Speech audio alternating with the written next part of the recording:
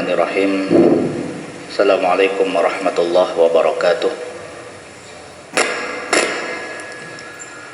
Alhamdulillahi ala ihsanih wa syukru lahu ala taufiqihi wa amtinanih. Asyhadu an la ilaha illallah wahdahu la syarika lah ta'ziman li sya'nih. Wa asyhadu anna Muhammadan abduhu wa rasuluh ad-da'i ila ridwanih. Allahumma salli wa sallim ala nabiyyina Muhammadin wa ala alihi wa sahbihi wa ikhwanih, amma ba'd. Para hadirin dan hadirat, para jamaah yang dimuliakan Allah Subhanahu wa taala. Pada kesempatan setelah salat subuh ini kita kembali dapat melanjutkan pengajian kita, pengajian rutin setiap Ahad pagi. Kita bersyukur tentunya atas segala limpahan karunia nikmat yang Allah anugerahkan kepada kita semua. Kita bersyukur diberikan Allah nikmat Islam, nikmat iman, dan nikmat-nikmat yang lain. Salat dan salam mudah-mudahan senantiasa tercurah kepada baginda Nabi kita Muhammad sallallahu alaihi wasallam beserta para keluarganya, para sahabat dan pengikutnya sampai hari kiamat. Hadirin dan hadirat, para jamaah yang dimuliakan Allah Subhanahu wa taala. Pada kesempatan ini kita insyaallah akan membahas tentang sebab-sebab seseorang mendapatkan siksa di alam kubur, dan juga kiat-kiat agar bagaimana supaya terhindar dari siksa kubur. Tentunya kita beriman kepada Allah dan Rasulnya. Apapun yang disampaikan Allah, yang disampaikan Rasul, kita imani, ya, kita benarkan tanpa kita ragukan sedikit pun. Meskipun apa-apa yang disampaikan oleh Allah dan Rasulnya itu tidak bisa kita nalar, tidak bisa kita logikakan.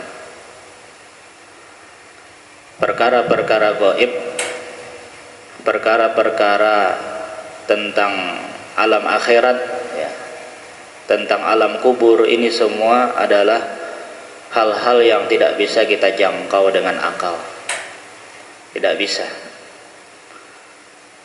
Perkara-perkara seperti ini harus berdasarkan dalil, dan kita benarkan dalil-dalil tersebut.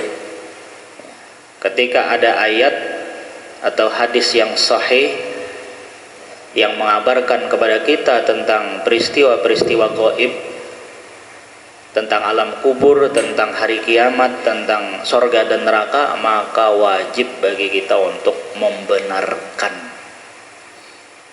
Jangan sampai karena tidak bisa dilogikakan sehingga menolak dalil-dalil tersebut. Hati-hati, karena ada sebagian kelompok yang tidak percaya akan adanya alam kubur. Ada kelompok yang mereka tidak percaya ada siksa kubur. Kalau tidak percaya berarti apa? Berarti menolak ratusan dalil yang menerangkan tentang adanya siksa kubur. Hati-hati kalau kita menolak satu ayat Quran saja, satu hadis sahih Nabi saja, itu bisa pada akhirnya menjadi murtad, bisa jadi. Menolak satu ayat saja, ya, satu hadis saja ditolak karena tidak sesuai dengan nalarnya, maka bisa jadi orang tersebut, ya, kalau nggak munafik bisa jadi murtad. Nauzubillah, ya, kita berlindung.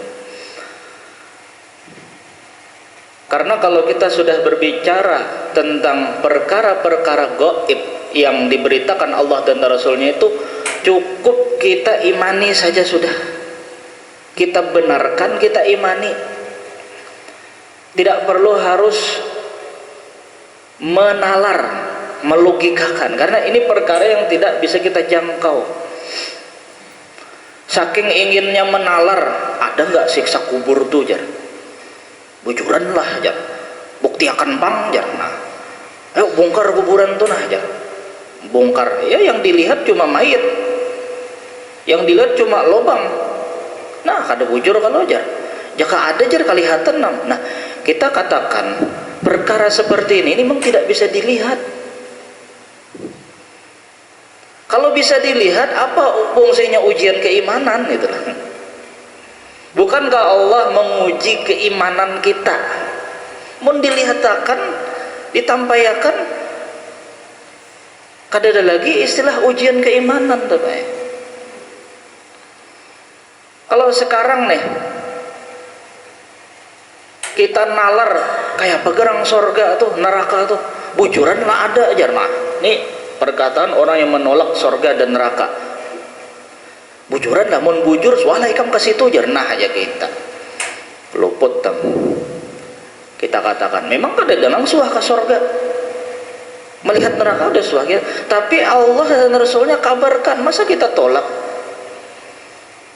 Kalau yang mengabarkan tuh selain Allah dan Rasulnya, oke lah bisa kita tolak. Tapi kalau sudah Allah dan Rasulnya yang mengabarkan, maka kewajiban kita sudah imani saja, benarkan,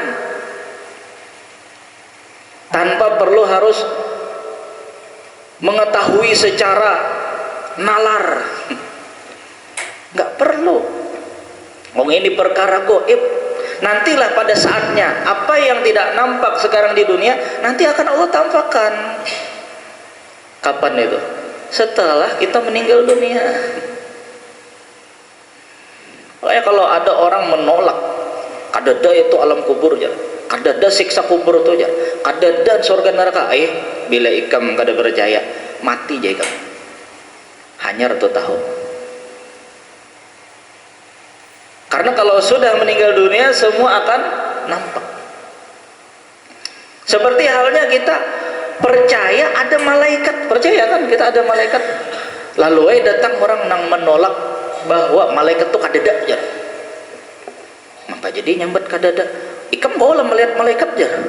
Nah jar kita luput tam orang nih, jar kita ini perkara gaib. Kita kada kawan melihat malaikat, tapi kan Allah dan Rasulnya mengabarkan berapa banyak ratusan dalil yang menerangkan tentang adanya makhluk namanya malaikat. Bahkan disebutkan nama-namanya, ada Jibril, ada malaikat maut, ya kalau. Apakah karena sebab kita kada kawan melihat malaikat kemudian menolak ratusan dalil yang menerangkan tentang adanya malaikat? Apa harus melihat dulu baru beriman? Apa harus melihat dulu nih hajar mau beriman? Kalau seperti itu, apa fungsinya Allah menguji keimanan kita? Bukankah kita ingin diuji keimanan itu?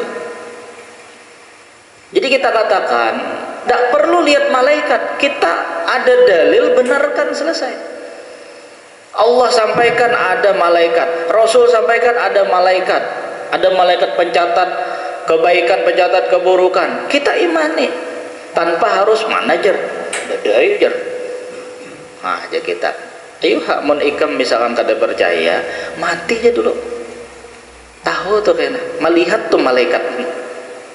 Mun orang sudah meninggal kan pasti melihat malaikat, terutamanya melihat malaikat mungkar dan nakir di alam kubur, itu baru nampak tuh.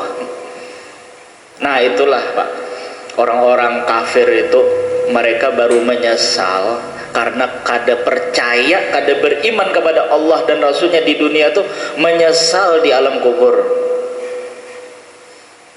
Dalam surah Al-Mu'minun ayat 99 sampai 100, Allah Subhanahu wa taala menceritakan tentang kondisi orang kafir di alam kubur. Hatta idza jaa ahadahumul maut qala rabbirji'un, sampai ketika ajal menjemput mereka, orang-orang kafir ini sudah berada di alam kubur, lantas mereka menyesal. Mereka minta kepada Allah, ya Allah, bisa nggak kembali lagi ke dunia? Menyesal nih. Sudah di alam kubur, lihat semuanya nampak. Kembalikan ke dunia. Untuk apa? La'alli a'mal sholihan. Aku ingin beramal soleh. La'alli a'mal sholihan fima taraktu. Dulu aku tinggalkan amal soleh itu. Dulu aku kada beriman. Dulu aku kada percaya ini. Ada malaikat pencatat kebaikan, pencatat keburukan, ada alam barzah, ada siksa kubur, ada sorga dan neraka. Dulu aku kada percaya dengan adanya ini, padahal dulu ada dalil, ada Al-Quran, tapi semua itu saya tolak. Mereka menyesal, tapi penyesalan mereka sudah tidak berguna lagi, gak ada manfaatnya. Mereka minta dikembalikan ke dunia, ujar Allah kala, sekali-kali tidak, sudah ikam di situ sudah. Innaha kalimatun huwa qailuha, itu cuma perkataan sia-sia saja, nggak bakalan bisa balik ke dunia. Ya, wa mi waraihim barzakhun ila yaumi yub'atsun. Di hadapan dia itu ada alam barzah. Kamu sekarang berada di alam barzah sampai nanti hari berbangkit, hari kiamat. Menyesal, Pak.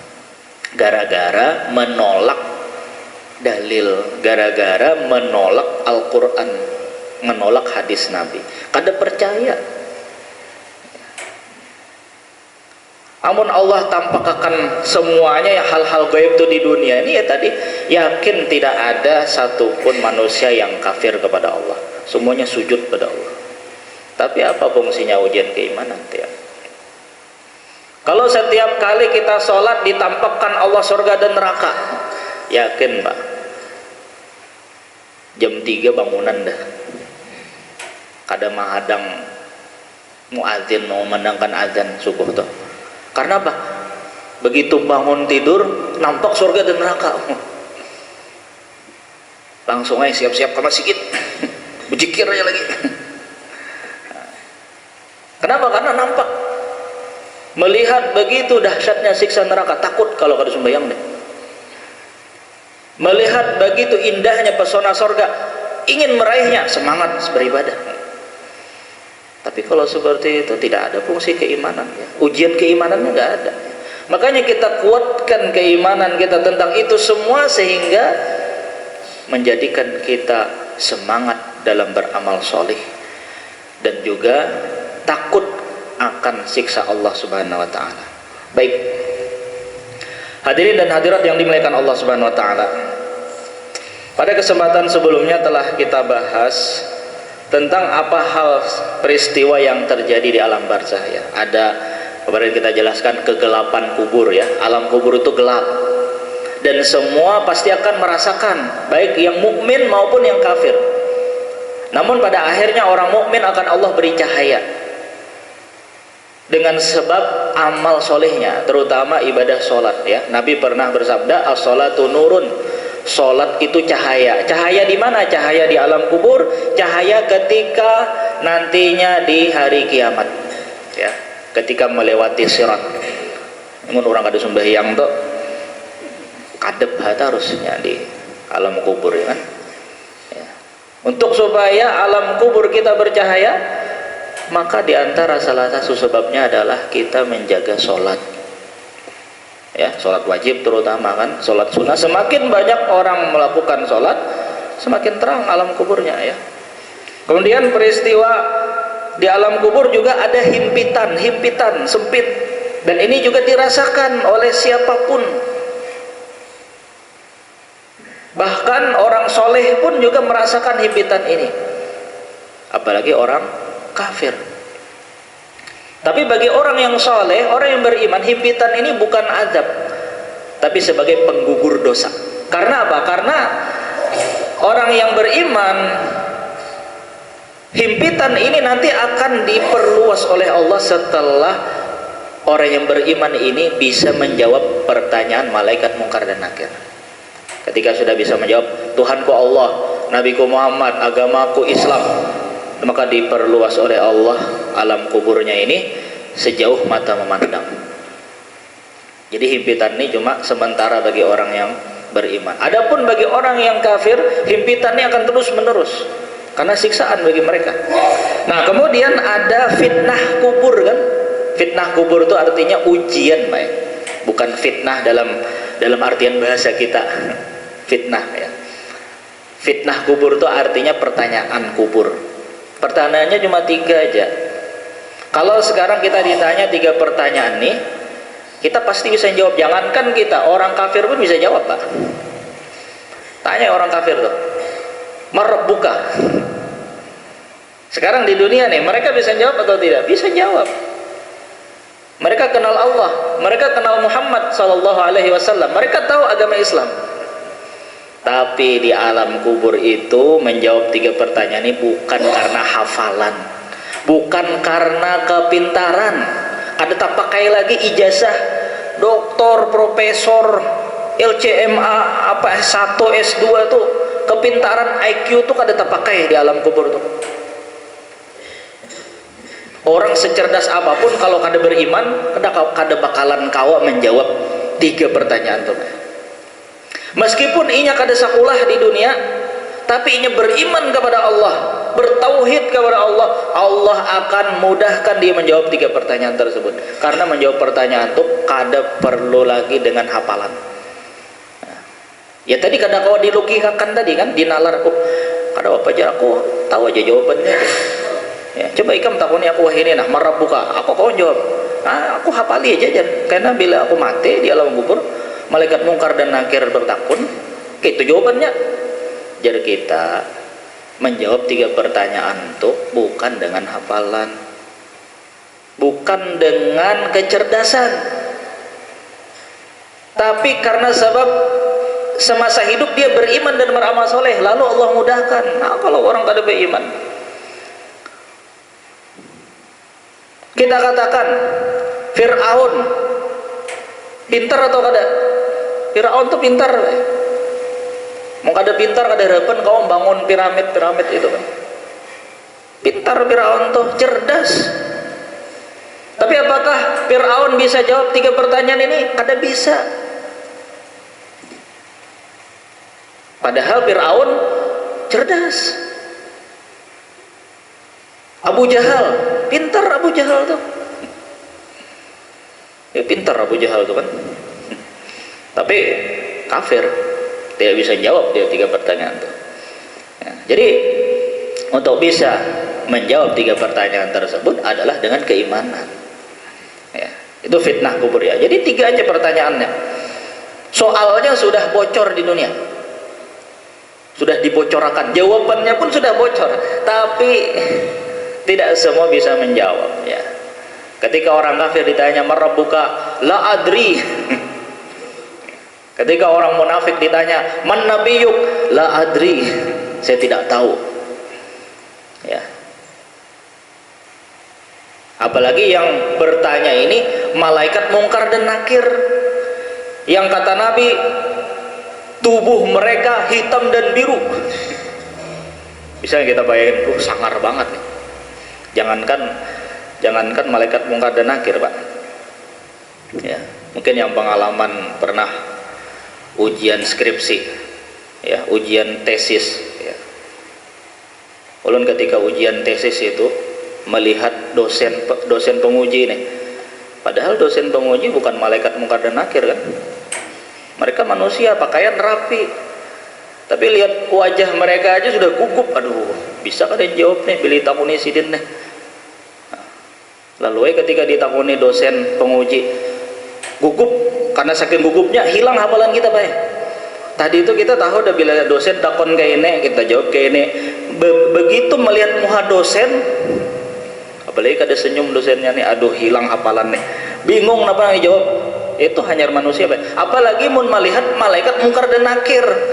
Melihat kata Nabi tubuh mereka hitam dan biru ya, tadi yang mungkin mencoba untuk menghafal, kalau ditakuni Marabbuka, Rabbi Allah, Tuhanku adalah Allah, lihat malaikat mungkar mereka hilang hafalan. Ya itu aja. Kalau kita pernah ujian itu kan, ujian ya, gurunya mungkin agak sedikit sangar wajahnya, takut hilang hafalan langsung ya. Tapi ya tadi di alam kubur itu untuk menjawab 3 pertanyaan itu bukan dengan hafalan ya. Makanya kita kuatkan keimanan, kita selalu bermohon kepada Allah ya, supaya dimudahkan, dikokohkan ya. Allahumma tsabbit qalbi ala dinik, ya Allah kokohkan hatiku di atas agamamu. Ya. Makanya kalau kita mendoakan orang yang sudah berada di alam kubur, apa yang kita doakan? Allahumma tsabbithu, ya Allah kokohkan dia, karena sekarang dia akan ditanya oleh malaikat Munkar dan Nakir. Kata Nabi, doakan istaghfiru li akhikum, ya, mohonkan ampunan untuk saudara kalian yang baru dikuburkan ini, dan mintalah kepada Allah untuk ketetapan hatinya, ya, minta kepada Allah untuk tasbit, ya, tasbit untuk saudaramu yang meninggal ini, karena sekarang dia sedang ditanya, kata Nabi, ya, untuk supaya kokoh, ya, karena kalau gugup kan nggak bisa jawab. Nah, kemudian peristiwa yang ada di alam kubur juga ada siksa dan nikmat kubur. Ada siksa dan nikmat kubur. Di antara dalil yang menunjukkan akan adanya siksa kubur adalah doa kita sebelum salam. Doa kita sebelum salam. Kita membaca doa sebelum salam apa? Allahumma inni a'udzubika min azabi jahannam. Ya Allah, aku berlindung pada Engkau dari siksa neraka jahanam. Ini menunjukkan bahwa siksa neraka jahanam ada. Makanya kita disuruh berlindung kepada Allah. Kemudian wa min azabil qabri, dari azab kubur, dan ini menunjukkan bahwa siksa kubur ada. Kalau ada orang yang mengatakan tidak ada siksa kubur, terus lantas kenapa Nabi nyuruh kita berlindung dari siksa kubur? Masa Nabi menyuruh kita berlindung dari sesuatu yang tidak ada? Berarti menunjukkan bahwa siksa kubur itu betul-betul ada. Makanya Nabi suruh kita baca doa itu, berlindung pada Allah, ya. Kemudian wa min fitnatil mahya wal mamat, dari ujian hidup dan ujian kematian. Ya, ujian hidup banyak, kita ujian kehidupan, ya. Ujian kematian seperti seseorang menjelang sakaratul maut, ya. Ujian kematian diantaranya juga adalah ujian di alam kubur, ya. Wa min syarri fitnatil masihid dajjal. Kemudian kita berlindung dari kejahatan dajjal, dajjal yang muncul nanti di akhir zaman. Nah, di antara 4 hal yang kita mohonkan perlindungan pada Allah apa? Dari siksa kubur. Ini dalil yang jelas sekali, sahih, ya. Bahkan para ulama sebagian berpendapat wajib hukumnya membaca doa ini, Pak. Sebagian ulama berpendapat saking apa? Saking pentingnya baca doa ini. Kita baca doa ini setiap sholat sebelum salam, baik sholat wajib maupun sholat sunnah. Sambil kita resapi, membaca tuh. Kita bagaimana kalau kita mohon perlindungan? Kalau kita diminta tolong sama orang, tolong dong, tolong. Saya dikejar perampok, tolong. Ya. Begitupun kita takut akan azab siksa neraka dan siksa kubur, kita begitu khusyuk membaca Allahumma inni a'udzubika min adzabi jahannam, ya. Kalau kada terasa baik bisa menetes air mata kita tuh. Bila kita tuh meresapi bujur, saking takutnya kita akan siksa neraka dan siksa kubur. Baik. Kemudian kenapa sih sebabnya orang itu disiksa di alam kubur? Nah, ini sebabnya kenapa? Maka dalam hal ini sebab seseorang disiksa di alam kubur itu ada dua sebabnya. Sebab umum dan sebab khusus. Sebab umum itu semua dosa, ya. Semua dosa itu bisa menyebabkan seseorang disiksa di alam kubur. Semua dosa. Makanya kita berusaha untuk menghindari dosa sekecil apapun. Tapi kan Ustadz, namanya kita manusia ini pasti berbuat dosa. Iya, siapapun kita pasti buat dosa, kan? Karena kita manusia yang lemah. Nah, caranya bagaimana? Banyak istighfar. Banyak istighfar. Karena Nabi SAW bersabda, kullu bani adama khatta'un wa khairul khatta'ina at-tawwabun. Setiap anak Adam itu pasti berbuat dosa. Enggak mau tidak memandang siapapun. Pokoknya siapapun pasti buat dosa, ya kan? Ustadz lah, ya, ulama kah? Jangan dikira ulama aja berarti kada suah buat salah. Kata siapa? Ini kan ustadz ya, masa ia buat dosa? Kata siapa? Mungkin ustadznya itu lebih banyak dosanya, ya kan, bisa jadi. Kita nggak tahu, nggak ada yang tahu kita siapa di antara kita siapa yang lebih mulia di sisi Allah. Ya Allah memandang bukan karena dia gelarnya ustadz, ulama atau siapapun gelarnya ini S1 S2, enggak. Yang Allah pandang itu ketakwaan. Karena setiap kita pasti buat dosa. Nah, sebaik orang yang berbuat dosa itu kata Nabi yang bertaubat. Jadi banyak bertaubat, banyak beristighfar. Ya. Karena siapapun kita, ya terkadang mata kita buat dosa, telinga kita, lisan apalagi. Ya. Maka sebab dosa-dosa ini, dosa apapun itu bisa memungkinkan seseorang diazab di alam kuburnya. Dan siksa kubur itu berlaku baik orang beriman maupun orang kafir. Apalagi orang kafir. Kalau orang kafir jelas mereka disiksa terus menerus sampai hari kiamat, tidak berhenti. Kalau orang beriman disiksa sesuai dengan kadar dosanya.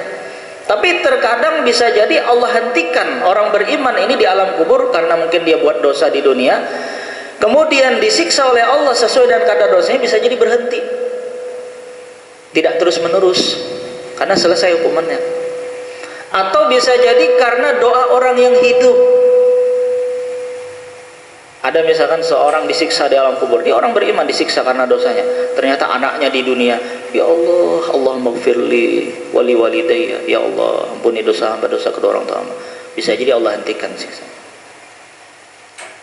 Atau doa dari orang kaum muslimin yang lain, ya, ketika ziarah kubur. Kan kalau ziarah kubur kita mendoakan mereka, bukan minta doa, kita mendoakan orang yang berada di alam kubur tersebut.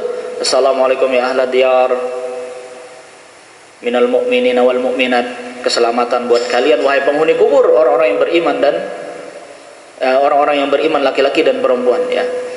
Wa inna bikum lalahikun, kami sungguh akan seperti kalian juga, ya. Kemudian kita doakan Allahumma gfir lahum warhamhum Allahumma tsabbithum, ya. Ya, doakan intinya, ya, doakan mereka yang berada di alam kubur ketika kita ziarah kubur. Makanya kalau kita ziarah ke, mungkin yang pernah ke makam Baqi ya di Madinah, itu kan terpampang tata cara ziarah kubur itu kan. Nah, doa-doanya juga kalau kita ziarah ke makam syuhada Uhud, ya kan, itu juga nggak ada orang yang minta doa di situ. Kita yang mendoakan. Kita yang mendoakan orang yang sedang berada di alam kubur, karena mereka sangat memerlukan doa orang yang hidup.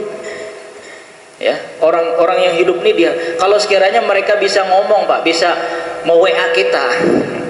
Kalau sekarang orang yang berada di alam kubur itu bisa bepandir, berkuciak, yang hidup doakan Pak aku nah itu. Tapi kada kawa kan. Ya, makanya anak doakan orang tuanya, ya. Mungkin orang lainnya sudah berada di alam kubur, anak doakan Rabbighfirli wali walidayya. Atau saudaranya meninggal, doakan saudaranya, ya Allah ampunilah dosa si fulan, dia saudaraku. Ya, makanya kata Nabi SAW ketika ada salah seorang sahabat yang baru meninggal kemudian dimakamkan, apa kata Nabi? Istaghfiru li akhikum, mohonkan ampun untuk saudara kalian ini, mohonkan ampunan, kata Nabi. Ya, karena kita tidak tahu, Pak, yang namanya kita terkadang mungkin buat dosa, bisa jadi itu penyebab Allah siksa kita di alam kubur, ya. Maka kita harapkan agar orang-orang mendoakan kita setelah meninggalnya kita, terutama keluarga kita, ya, terutama lagi anak kita, ya. Karena yang tulus mendoakan kita tuh pasti keluarga, apalagi anak tuh kan, anak tulus mendoakan kepada Allah, ya. Kalau orang mungkin ya kada terlalu bisa kita harap, ya, karena bisa terkadang orang lupa dengan kita. Tapi kalau anak ingat terus dengan orang tuanya, setiap kali berdoa ingat, ya Allah orang tua saya ampuni ya Allah. Nah, ini sebab umum tadi, ya. Ada sebab khusus disebutkan oleh Nabi dalam beberapa hadis, banyak, ya. Di antara sebab orang disiksa di alam kubur itu ada dosa-dosa disebutkan oleh Nabi secara rinci. Hadisnya sangat panjang, ya, tapi kita ringkas saja, Pak, ya. Kalau kita bacakan panjang banget hadisnya, ya. Nabi pada suatu ketika, ya, seperti ini, ya, setelah sholat subuh, ya, Nabi kalau habis sholat ya, terkadang beliau memberikan ceramah kepada para sahabat ya. Nabi juga ceramah ya, pencerahan lah itu kan. Nabi biasanya kalau sudah sholat, beliau berpaling menghadap para sahabat. Beliau kadang melontarkan pertanyaan kepada para sahabat tuh. Apa kata Nabi? Siapa tadi malam yang bermimpi? Nah, para sahabat nggak ada yang jawab ya. Bermimpi, mimpi apa? Ya, maksud Nabi itu kalau ada yang bermimpi, mungkin mimpi aneh ya, sampaikan aja ya. Nanti Nabi yang mentakwil mimpi itu. Nabi kan beliau seorang Rasul ya, dapat wahyu dari Allah. Dan Nabi bisa saja kan Allah beritahu takwil mimpinya seperti ini. Tapi nggak ada satupun sahabat yang bercerita tentang apakah bermimpi tadi malam. Ya mungkin lupa semua para sahabat. Kemudian Nabi beliau bersabda, kata Nabi, aku tadi malam bermimpi. Nah, mimpi Rasulullah itu wahyu. Mimpi Rasulullah. Ya. Kalau mimpi kita, terkadang ada pengaruh setan masuk dalam mimpi kita. Tapi kalau Nabi bermimpi, para Nabi dan Rasul bermimpi itu adalah wahyu. Jadi kata Nabi, tadi malam saya bermimpi, saya dibawa oleh 2 malaikat. Jadi ada malaikat yang bawa. Ternyata apa di dalam mimpi itu? Nabi diperlihatkan siksa kubur. Nabi diperlihatkan siksa kubur. Ada orang yang kepalanya dibenturkan dengan batu ya. Jadi ada seseorang kepalanya tuh dipukul dengan batu, pecah, batunya menggelinding. Kemudian diambil lagi batu tersebut, kepala orang tersebut sudah sempurna lagi, jadi kepala lagi, dipukul lagi. Nabi diperlihatkan seperti itu. Ketika Nabi bertanya, itu kenapa orang seperti itu? Kata malaikat, pergi, intolik, pergi. Maksud malaikat tuh lanjutkan perjalanan dulu, jangan tanya dulu tuh loh. Nantilah di akhir baru dijelaskan. Ternyata Nabi jalan lagi, beliau melewati ada seseorang yang mulutnya dirobek. Mulutnya dirobek sampai ke tengkuk, sampai mana nih? Dirobek, kemudian kembali lagi, dirobek lagi, terus seperti itu. Kata Nabi, itu kenapa orang tuh? Kata malaikat, lanjut perjalanan, jangan tanya dulu. Ya, nanti lambat ya, terus ya. Ketika lewat lagi, ternyata beliau melihat ada tungku besar ya. Tungku itu apa? Tungku besar. Yang di dalamnya ada laki-laki dan perempuan telanjang. Kemudian di bawah tungku tersebut dipanaskan api, maka mereka kepanasan. Ya, ingin keluar dari tungku tersebut tapi tidak bisa. Kata Nabi, itu kenapa tuh mereka tuh? Kata malaikat ini, lanjut perjalanan, jangan tanya dulu. Lanjut lagi ya. Kemudian Nabi juga melihat ada orang yang digantung kepala di bawah, kaki di atas. Kepala di bawah, kaki di atas, mulutnya mengeluarkan darah. Dan berbagai macam hadisnya panjang tuh ya, tapi kita sebutkan sebagian saja. Panjang hadisnya. Jadi Nabi melihat hal-hal yang mengerikan di mimpinya ya. Baru akhirnya di akhir para malaikat, dua malaikat tersebut menjelaskan, tahukah kamu kenapa tadi ada orang yang kepalanya dibenturkan dengan batu, pecah, kemudian dibenturkan lagi terus seperti itu? Itu karena sebab ini siksa kubur, Pak. Ini Nabi melihat siksa kubur ya. Bukan siksa neraka, ini siksa kubur. Itu kata malaikat, kenapa orang itu dipecahkan kepalanya dengan kepala? Karena dia tidak bersyukur kepada Allah, karena sudah dianugerahi Allah ilmu Al-Quran, hadis, tapi dia tidak mengamalkan ilmunya. Ini hati-hati. Ini terutama peringatan bagi ulun, Pak. Para penceramah nih, hati-hati. Para ustadz, para da'i, hati-hati. Kalian yang sudah Allah anugerahkan Al-Quran, sudah hafal Quran, sudah hafal hadis, tahu hukum ini hukum itu, ternyata tidak mengamalkan, ingat ancamannya, siksanya. Kita berlindung kepada Allah ya. Ini terutama bagi diri ulun pribadi, Pak ya. Karena ulun ini berceramah Quran ya kan, Allah anugerahi Quran. Karena ada orang sudah Allah anugerahi Quran, ternyata tidak beramal. Dahulu di zaman Nabi itu ada seseorang namanya Rajal Unfuah. Rajal Unfuah ini pendatang dari negeri Yamamah. Negeri Yamamah. Datang ke Madinah, dia masuk Islam. Setelah masuk Islam, belajar kepada Nabi sampai dia hafal Quran, Pak. Hafal Quran atau hafal sebagian Quran ya. Kalau tidak salah dalam riwayat itu disebutkan Rajal Unfuah ini hafal surah Al-Baqarah. Surah Al-Baqarah berarti berapa? 3 juz ya. Kemudian Rajal Unfuah ini pulang ke negerinya di Yamamah. Ternyata apa yang terjadi? Di Yamamah ada nabi palsu namanya Musailimah Al-Kadzdzab. Bukan malah Rajal Unfuah ini mendakwahi orang agar jangan ikut Musailamah atau dia mendakwahi langsung kepada Musailimah. Ternyata Rajal Unfuah terpengaruh dengan pemikirannya Musailimah Al-Kadzdzab sehingga akhirnya dia jadi pengikut Musailimah Al-Kadzdzab. Murtad, Pak. Sudah diberikan Allah anugerah Quran, akhirnya justru malah dia tidak beramal dengan Al-Quran tersebut, dan ini menyebabkan seseorang mendapatkan siksa kubur. Jadi hati-hati. Kita yang sudah belajar agama, amalkan ilmu agama, bertakwa kepada Allah Subhanahu wa taala. Jangan kita anggap sepele, remeh. Kita sudah tahu ini hukumnya ini nggak boleh, ini nggak boleh. Amalkan, tinggalkan yang nggak boleh, karena siksanya berat. Nah, kemudian Nabi diperlihatkan orang yang mulutnya disobek. Kata malaikat, itu karena sebab orangnya suka berdusta. Dia suka menyebarkan kedustaan di tengah-tengah manusia.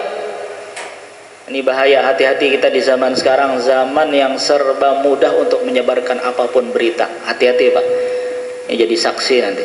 Kita kadang dapat WA, berita-berita dari teman, ternyata berita tersebut bohong, kemudian kita ikut menyebarkan berita tersebut. Hati-hati. Ini yang menyebabkan seseorang akan disiksa di alam kubur, dirobek mulutnya. Yang suka menyebarkan berita hoax, apalagi berita tersebut isinya adalah tuduhan-tuduhan dusta. Ingat nih, kita di musim politik nih, jangan asal share. Pendukung ini menjelekkan pendukung ini, pendukung ini memburuk-burukan pendukung ini, padahal itu cuma kedustaan. Kadang kalau kita lihat di media sosial, ada seseorang dituduh macam-macam, padahal nggak sebenarnya seperti itu. Ada ustadz, ulama dituduh ini, dituduh itu. Hati-hati. Ya. Maka yang kita harus perhatikan adalah jaga lisan, tangan kita jaga. Jangan asal sembarangan nge-share, jangan sembarangan komen. Yang selamat tuh yang nggak usah pakai HP. Tapi nggak bisa, Ustadz, karena ini sekarang HP ini kebutuhan primer. Ya, kalau memang ini adalah keperluan primer kita, ya kita harus cerdas dalam menggunakannya. Jangan sembarangan. Kalau kita tergabung dalam grup WhatsApp yang isinya cuma ujaran kebencian, dusta, mending kita live. Mohon maaf ya, saya keluar aja daripada saya dosa. Ini isinya cuma berantem aja di grup ini. Isinya cuma ujaran kebencian aja. Fitnah-fitnah saya, tuduh-tuduh saya, mending saya keluar. Apa yang saya gabung di grup sini, nambah dosa aja. Belum lagi kita terpengaruh dengan kebohongan-kebohongan yang di-share di grup tersebut. Ya keluar. Kalau kita nggak bisa juga beramar ma'ruf kan, kalau kita bisa negur, tegur aja. Mohon maaf, grup ini dibuat tuh apa sih? Masa isinya kebohongan terus? Kalau nggak bisa diluruskan, ya sudah, kita keluar, selesai. Kita ingat akhirat. Nah, kemudian Nabi melihat ada laki-laki perempuan telanjang yang dimasak di dalam tungku. Kata malaikat, tahukah itu karena sebab mereka suka berzina di dunia, ya, suka selingkuh di dunia. Punya istri, selingkuh dengan istri orang. Punya istri di rumah tapi berzina dengan orang lain, ya, datang ke pelacuran, berzina. Ingat, Allah sebelum mengazab di neraka disiksa dulu di kuburan, dimasak. Nauzubillah. Ya. Kemudian Nabi melihat ada orang yang kakinya digantung, kepalanya di bawah, mulutnya mengeluarkan darah. Itu kata malaikat karena dia ketika bulan Ramadan tidak puasa, padahal tidak ada uzur baginya. Hati-hati kalau bulan Ramadan ada yang makan, kemudian masuk ke warung, warungnya ditutup sebagian, kelihatan kakinya, makan di situ, enggak puasa nih. Tidak ada alasan dia sakit, enggak, musafir tidak, ya kan? Artinya dia orang yang berkewajiban untuk puasa tapi enggak puasa, ingat disiksa di alam kubur seperti itu. Dan siksaan yang ada di alam kubur itu permulaan daripada siksa neraka, naudzubillah. Kemudian juga di dalam hadis yang sering kita dengar ini ya, hadis ini, yaitu tatkala Nabi SAW melewati dua kuburan. Hadis dari Ibnu Abbas, marran Nabiyyu sallallahu alaihi wasallam qabrain, Nabi melewati dua kuburan. Maka kemudian Nabi berhenti dan kemudian beliau bersabda, innahuma la yu'adzaban, sungguh dua penghuni kuburan ini mereka berdua sedang diazab. Nabi dapat wahyu kan? Nabi yang ngomong, Nabi dapat wahyu. Kalau manusia yang lain yang ngomong nggak percaya kita. Kalau misalkan nih ada seseorang bilang, tahu nggak ini orang di kubur ini disiksa, nggak percaya kita. Siapa yang tahu? Yang ngomong bukan Nabi nih. Tapi kalau yang ngomong Nabi pasti benar. Kata Nabi, ini dua orang di dalam kuburan ini sedang disiksa. Wa ma yu'adzaban fi kabir, mereka berdua disiksa adalah perkara yang besar tapi tidak dianggap besar oleh mereka berdua. Artinya ini dosa besar tapi oleh kebanyakan manusia tidak dianggap dosa besar, dianggap biasa. Amma ahaduhuma, yang satu ini disiksa, kenapa? Sebab la yastanzihu minal baul. Orang yang pertama ini disiksa karena sebab dia tidak hati-hati dalam masalah air kencing. Bakameh ada bau basuh, atau bakameh percikannya itu kada diperhatikan, terkadang kena baju, makanya bujur-bujur perhatikan.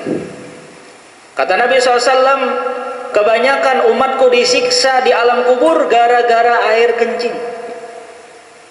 Ada orang bakameh pinggir jalan, asal aja bakameh, basuh kada, bahaya, langsung puruk salawar, kana salawar amehnya. Ingat, ini dosa besar, tapi orang-orang tidak menganggap itu dosa besar ya. Makanya Nabi sampaikan kan, wa ma yu'adzabana fi kabir, mereka ini diadab karena perkara besar tapi tidak dianggap dosa besar oleh manusia. Hati-hati perkara masalah air kencing ini. Kemudian wa ammal akhar, adapun yang satunya itu disiksa kata Nabi karena sebab apa? Fakana yamshi bin namimah, karena semasa hidupnya suka mengadu domba. Adu domba itu apa? Mengadu orang supaya berkelahi. Dalam riwayat yang disebutkan karena sebab orang tersebut suka bergibah, suka gosip. Karena antara gosip dengan adu domba ini mirip, Pak. Orang kalau adu domba pasti gibah kan? Orang kalau gibah pasti akhirnya adu domba. Seseorang bilang kepada si A, menjelek-jelekan si B, tahu nggak A? Si B itu tadi jelek-jelekin kamu, dia tuh benci sama kamu.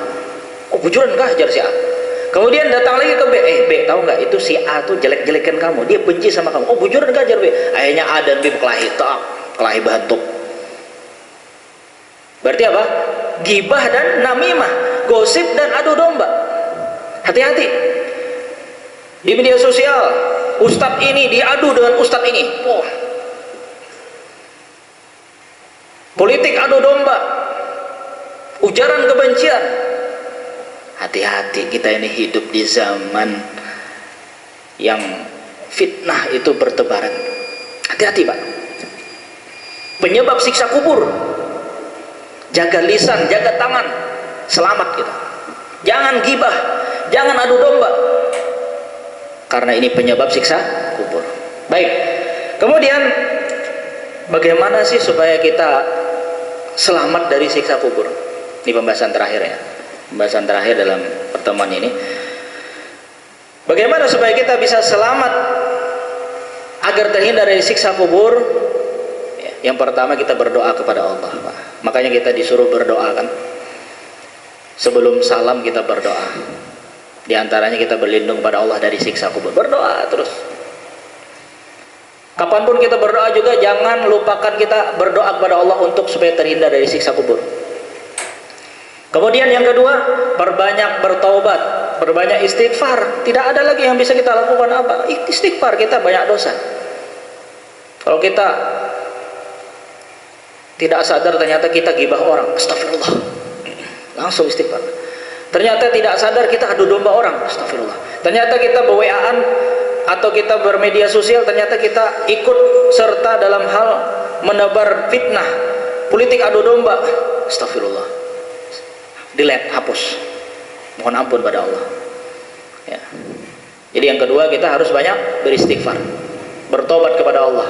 Ini cara agar kita terhindar dari siksa kubur. Kemudian berusaha untuk menghafalkan surah Tabarok Al-Muluk atau membaca surah Al-Muluk, ya. Hayati isi kandungan yang ada dalam surah Al-Muluk. Ini juga salah satu cara agar kita bisa terhindar dari siksa kubur. Kemudian yang keempat, hindari dosa-dosa yang disebutkan oleh Nabi secara khusus. Dosa-dosa yang bisa menyebabkan seorang disiksa di alam kubur. Hindari tadi dosa apa tadi? Dosa dusta, dosa tidak beramal dengan ilmu yang dipelajarinya, dosa berzina, ya. Kemudian tadi adu domba, ya, tidak hati-hati terhadap air kencing. Ini kita hindari semua dosa-dosa ini, ya, agar kita terhindar dari yang namanya siksa kubur, ya. Jadi itu beberapa cara, ya, supaya kita bisa terhindar. Dan kita harus pahami. Sebenarnya masih banyak, Pak, ya. Nggak mungkin kita sebutkan di kesempatan ini, ya. Dosa-dosa yang menyebabkan orang disiksa di kubur itu masih banyak. Karena hadisnya panjang tadi kan. Kita cuma meringkas saja tadi itu. Banyak, ya. Belum yang makan riba, ya kan. Belum yang, ya, macam-macam, ya. Banyak. Demikian mungkin yang bisa ulun sampaikan, mudah-mudahan bermanfaat. Salah khilaf mohon dimaafkan. Subhanakallahumma wa bihamdik asyhadu an la ilaha illa anta astaghfiruka wa atubu ilaik. Assalamualaikum warahmatullahi wabarakatuh.